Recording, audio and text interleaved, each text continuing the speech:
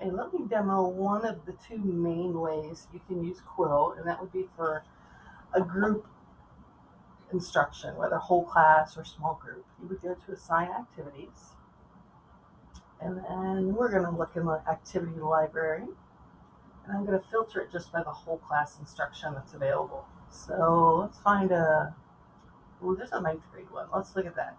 So with the lesson on participial phrases, you would click and assign it to the students. Okay?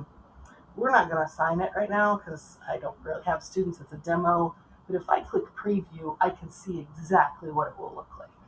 Um, you have the option to make a copy of it, and then you can customize it. You can put your own examples in, your own notes. You can take slides out or add slides.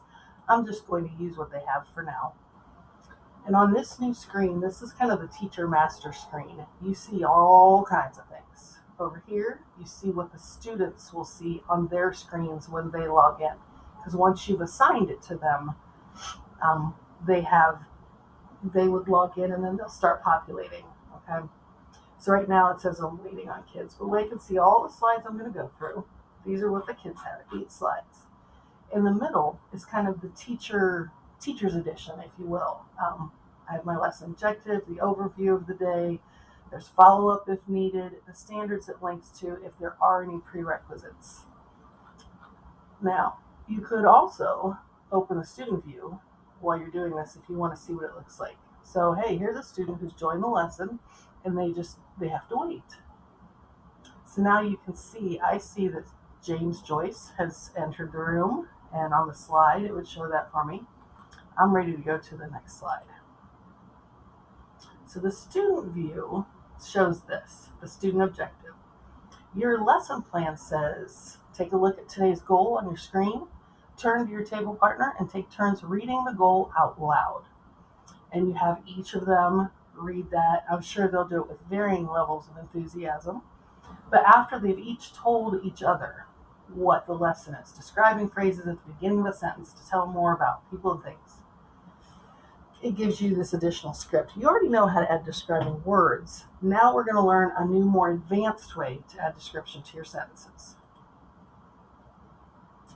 And you kind of walk through what the students have on their screen with your script. So the students see this, a sentence with a correctly written and punctuated participial phrase, and a blank box that says teacher response. And at the bottom it says, watch your teacher. No need to type a response at this time.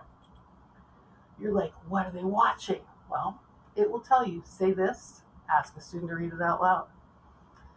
There's 2 parts to the sentence. One's a complete sentence, the other's a phrase. What is the phrase? And the student says the phrase, we would hope. Okay.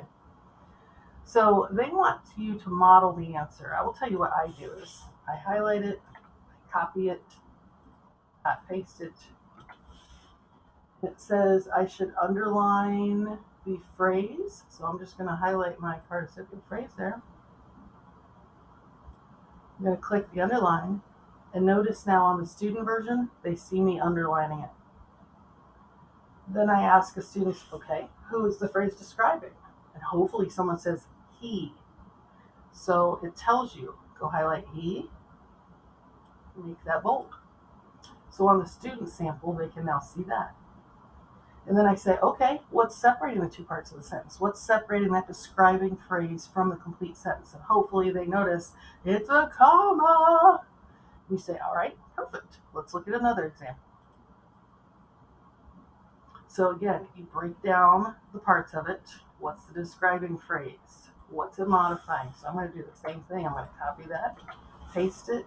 When they give me the describing phrase, the participial phrase, I'm going to underline it.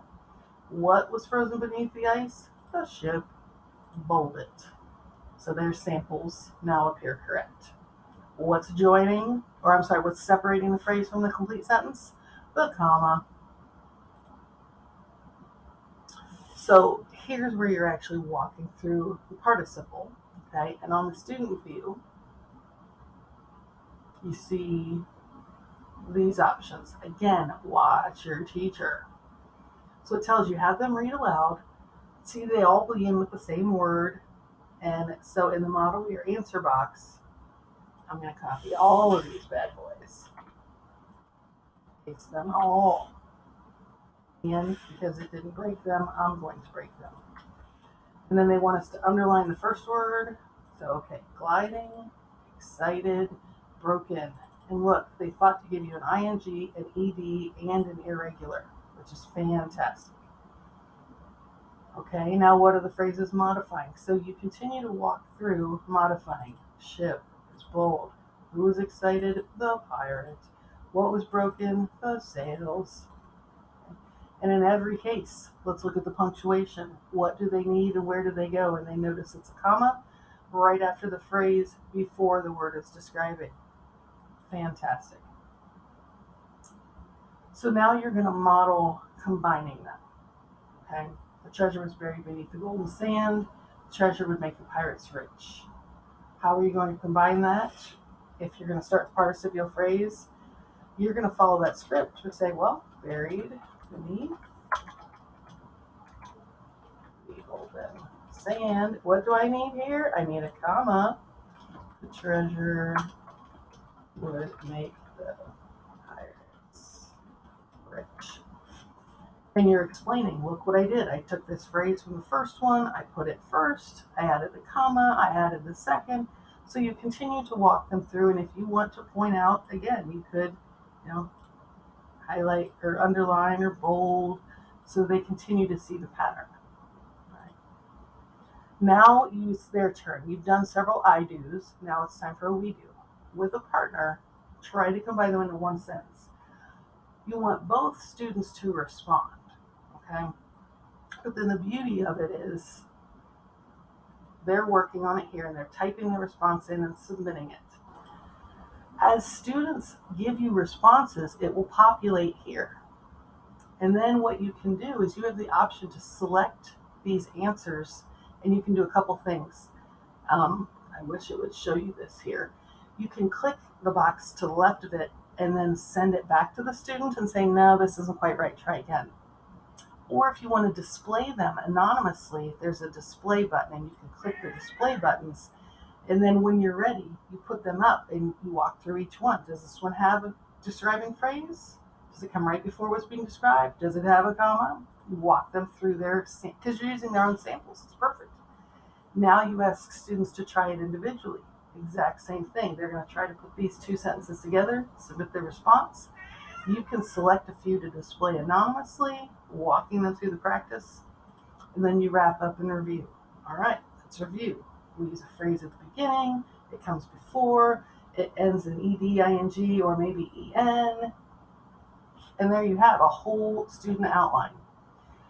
The cool thing that you could do, let's say we're back here, and a student turns in a response, and you're like, whoa, he's not getting it at all. You can click the student's name, and then click the flag, and that tells you later, hey, they're really struggling, and then it will pull them up for some independent practice. So lots of options with the whole class. It tends to be pretty engaging for the students, and it's a really neat activity to try.